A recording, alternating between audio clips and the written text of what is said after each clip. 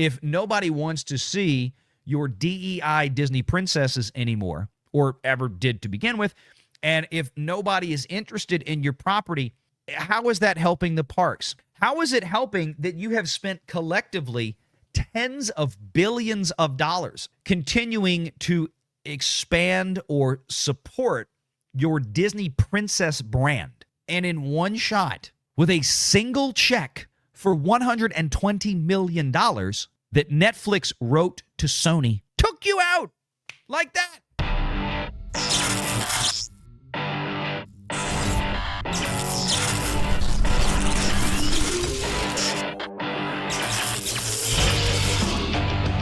Renegade Online. Trying to feature one today for our brand new partnership with Geeks and Gamers. This is the new geeksandgamers.com website.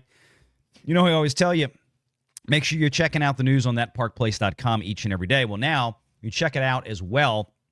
Different stories over there on Geeks and Gamers. And, of course, both of these websites are being run by the collective brain trust over there at That Park Place with Marvin, as you can see here, Jonas as well, and so many other great writers. But Walt Disney World popularity sinks below Universal and Dollywood, and it's not even close. Now, this story comes originally from our friend Caroline Reed over at Forbes magazine, and she has been doing some digging on this. And pretty interesting here. And we've been talking about this, you know, and it doesn't seem like this a lot of times, especially when Disney has probably jacked their prices 10 or 15 or maybe more percent in just the last year or two, with more coming. And you look at this here, Caroline Reed's analysis breaks down Disney's decline park by park, and the numbers are brutal. Magic Kingdom, according to Forbes and Caroline Reed, down 21%. Epcot down 4.2%. Hollywood Studios down 43%. Animal Kingdom down a jaw-dropping 52%. Now, this has a lot to do in terms of popularity. This is not, you know, she doesn't have a way to measure people going through the gates. But in terms of popularity and people's interest in these parks, they have fallen precipitously. And what have we been talking about? What have I been talking about especially? I've made some posts on X in the last couple of weeks talking about how how cancerous that the IPs that the Walt Disney Company have become. The big traditional ones that drove people to places like the Magic Kingdom. Why do people bring kids to Magic Kingdom? It is overwhelmingly for Disney princesses. What has Disney been doing to Disney princesses since COVID?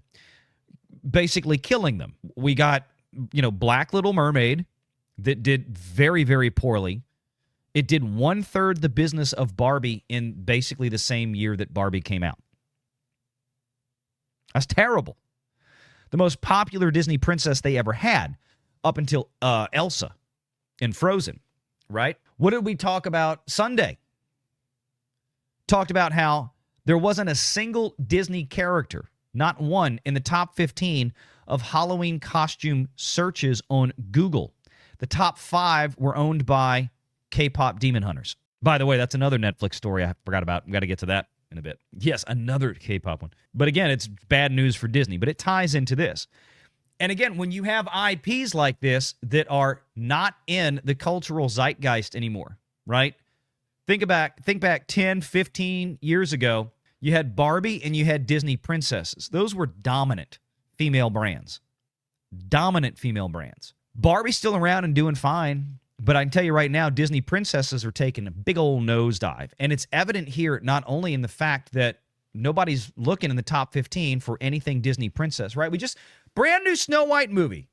The character that put the Walt Disney Animation Studios on the map almost 100 years ago barely had anybody show up at the theater to go see it this year.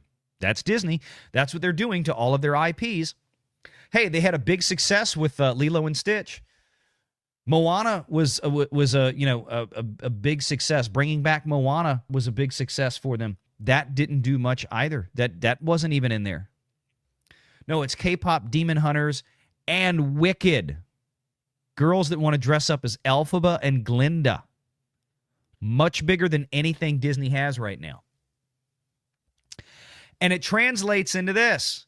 So if you're not as interested in going to see Disney princesses anymore, why would you bother going to the Magic Kingdom? Epcot's doesn't really surprise me because adults tend to go to Epcot. Disney adults tend to love to go to Epcot and drink around the world. It's basically become, Epcot is now an adult bar hopping experience. And especially for the locals. So it doesn't surprise me terribly that the traffic there has not changed a whole lot. Hollywood Studios down 43%. Well, dang nabbit, that's where they put Star Wars. And Star Wars is super popular, right? Right. Animal Kingdom. Sucks. There's no reason to go there. I'm sorry. There's just not. There never was, and there never will be. It's a crap park. But here's the other side of it. At Universal, there's basically there was no real net negative. Overall, at Universal, it's a different story. Universal Studios Orlando only saw a 2.5% dip. Islands of Adventure didn't decline at all. And now, with Epic Universe officially open, Universal's numbers are only expected to rise. The new park's success is already drawing tourism to Central Florida, and not to Disney's side of town. Disney executives used to laugh off Universal as the smaller rival down I-4. That joke doesn't land anymore. And then there's Dollywood, the park that's quietly proving that you don't need billion-dollar movie franchises to win families. According to Google Trends, first reported on TPP, Dollywood's popularity has risen from 32 in 2020 to 93 in 2025, a 191% surge. And I believe it. That's more than just impressive. It's cultural momentum. In that same period, Disney World's search interest declined. Dollywood now outpaces Disney in Google's own metrics, an unthinkable turnaround that speaks volumes. A 26% decline might sound like a temporary slump, but park by park, it's starting to look irreversible. Universal is growing, Dollywood is booming, and Disney is losing ground it may never get back. And we have been talking about this. We've been trying to stay ahead of the curve on the business side of things. That's what we do. And you cannot tell me, again, as many times as Disney and Bob Iger and company have constantly rung the bell of the intellectual property flywheel of Disney, where, hey, it doesn't ultimately matter what kind of box office performance we have because it helps feed things in the park. Well, if nobody gives a shit about your movies anymore, if nobody wants to see your DEI Disney princesses anymore, or ever did to begin with, and if nobody is interested in your property, how is that helping the parks? How is it helping that you have spent collectively tens of billions of dollars in the last 30 years continuing to expand or support your Disney princess brand, right? Which is 8, 9, 10 Disney princesses now, whatever it is, 12. And in one shot, with a single check, big check, but a single check for $120 million that Netflix wrote to Sony, they took your ass out. Took you out like that. That tells me, and we're talking about K-pop Demonhunters, that tells me that your brand isn't as evergreen maybe as you thought it was. And I'm talking about Disney princesses specifically again. Remember how Marvel at one point, pre-COVID, was considered an evergreen brand? I mean, it sold year-round, year-over-year, constantly. Star Wars, for decades, an evergreen brand. Now, for the last 5, 6 years, has been a basic dead brand.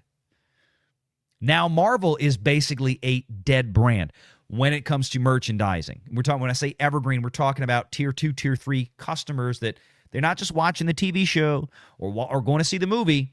They're turning around and they're buying the toys, the action figures, the dolls, the T-shirts, the sleeping bags, the lunch boxes, the thermoses, the posters, and the blah, blah, blah, blah, blah. All the swag, right? Marvel, Star Wars, evergreen. Not anymore. If the Disney Princess line can be so easily and so quickly upended and defeated so rapidly as to the point where you can't find a single Disney princess where there have been 2-3 movies in the last few years, maybe more, of classic Disney princesses, live action remakes, and you can't find a single one of them in the top 15 of Google searches for Halloween costumes and Halloween's 9 days from now, bro, your shit broke. Simple as that. And freaking K-pop Demonhunters is what took you out. And Wicked. But mostly, overwhelmingly, K-pop Demonhunters. Disney has really lost their audience. They're always going to have that legacy audience. They're always going to have parents that inexplicably and frankly, in my opinion, stupidly go into massive levels of debt or have to go get money from mom and dad or grandma to go take their 2- and 3-year-olds to go to Disney World, a trip that the 2- and 3-year-olds will never remember because it's not about the kids. It's about the parents going. That's really what it is. It's for the parents. It's not for the kids. They'll always have some level of that, but I don't see where that's being replenished for the next generation. And we've talked about that before. That's Disney's biggest long-term threat that Wall Street keeps missing. Disney does not right now have a replenishment plan for the next generation. They haven't for a while. They keep fumbling. And Disney's fumbles cost billions of dollars. Make sure you're subscribed to Valiant Renegade and join us every Sunday at 6 p.m. Eastern for the live show.